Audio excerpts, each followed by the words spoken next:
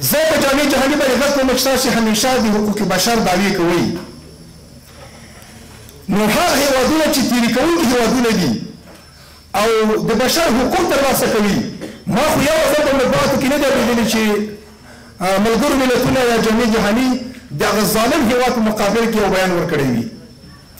نن چې د افغانستان ملي شتمنۍ چې د امارت اسلامي د فتحې نه مخکې کنګل شوې ده، یو ورځ بیا راونه ونه کړه چې او خلکو او هېوادونو دا سرمایه خو د افغانانو ده، دا سرمایه خو مخکې د امارت نه راغلې وه، دا یوه پشتیبانه ده، نو دا تاسو ولې کنګل کړې ده؟ او په هغه طالباتو باندې چې تاسو د افغانستان سره کړي ول، آیا تاسو ولې ځان وباسئ؟ تاسو خو په نړۍ کې ځان وشرمول، تاسو قرضدار افغانستان ته لاړئ، خپل قرضونه په چا باندې پرېښوده لاړئ، آیا تاسو ته شرم نه ګرځي؟ ستاسې د نړۍ ټول حکومتداري غواړئ او د ټولې نړۍ مشري کوئ او بیا د وړوکي هېواد له پیسې وباسئ او قرض به خپل نه خلاصوئ، آیا دا شرموله نه ده تاسو دپاره؟ سکتور خصوصی افغانستان همیشه از مردم، در کنار مردم، برای مردم، خود بوده برای ملت و کشور خیش در زمینه ایجاد شغل و بازسازی کشور فعالیت دارد. در حال حاضر بیش از چند سال می شود که فعالیت اعظم این سکتور به خاطر عدم پرداخت طلباتشان دچار مشکلات اقتصادی گردیده و به رکود مواجه گردیدند. جهت رفع این معضله قطعنامه زیر توسط اتحادیه شرکت‌های تجارتی و سرمایه‌گذاران افغانستان ترتیب و تنظیم گردیده است. 1. نظر به فرمان امیرالمؤمنین شیخ ملا هیبت الله آخوندزاده حفظه الله مبنی بر اجرای 10% انوایس شرکت‌ها در سال مالی 1402 و 15% در سال مالی 1403 تنها تعداد محدود از شرکت‌ها از این حکم به شکل محدود مستفید شدند، اما شرکت‌های بزرگ هم هنوز از این امر محروم مانده‌اند. امید هرچه عاجل فرامین امیرالمؤمنین حفظه الله تعمیر و تطبیق گردد. 2. به اساس هدایت اداره افغانستان بانک پول تضمینات شرکت‌ها که پول امانت در بانک‌های خصوصی مسدود شدند و این ضربه بزرگ به تجار و منجمد شدن سرمایه تاجران است. امید در زمینه رفع انسداد پولهای امانت هدایت لازم را برای مراجع مربوطه عنایت فرمایند.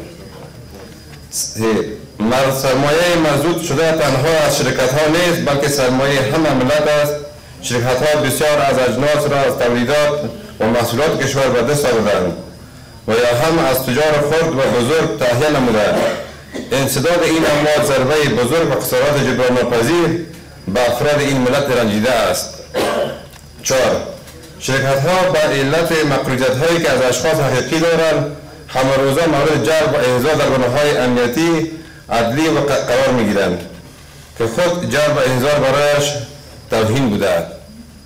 این در حالی است که میلیون‌ها دلار و افغانی از شرکت‌ها توسط امارات مسدود شده‌اند که دور از انصاف و باعث ناامیدی تجار می‌گردد. 5.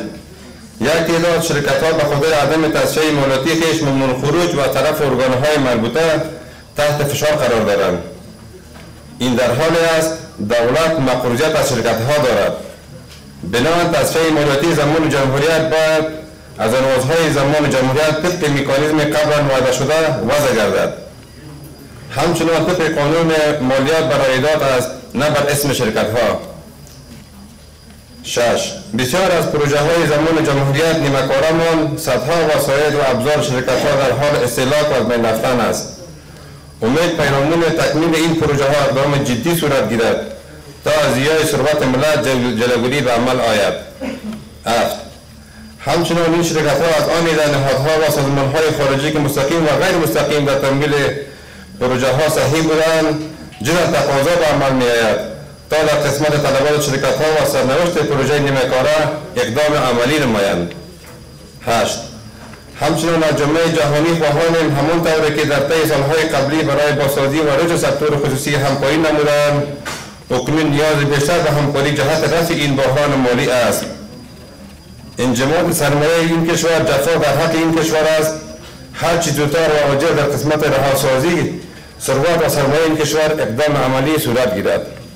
په 1402 کال کې شیخ صاحب محترم معزز الله تعالی دې حفاظت وکړي اعلان وکړ مسؤول ادارو ته 10% حوالې د خلکو اجرا کوي هغه 1402 کال تیر سو حوالې اجرا نه سوې په 1403 کال کې بیا شفقت وکړي چې دا ورته د خلکو ته 15% پیسې اجرا کوي دا خلک قرضدار دي پوروړي دي پریشان دي پیسې بندې دي نو د خلکو سره احسان وکړو او خلکو ته خپلو مامورینو ته امر وکړو چې د خلکو د پیسو اجراءات وکړي خو تر اوسه پورې دا اجراءات نه ده سوی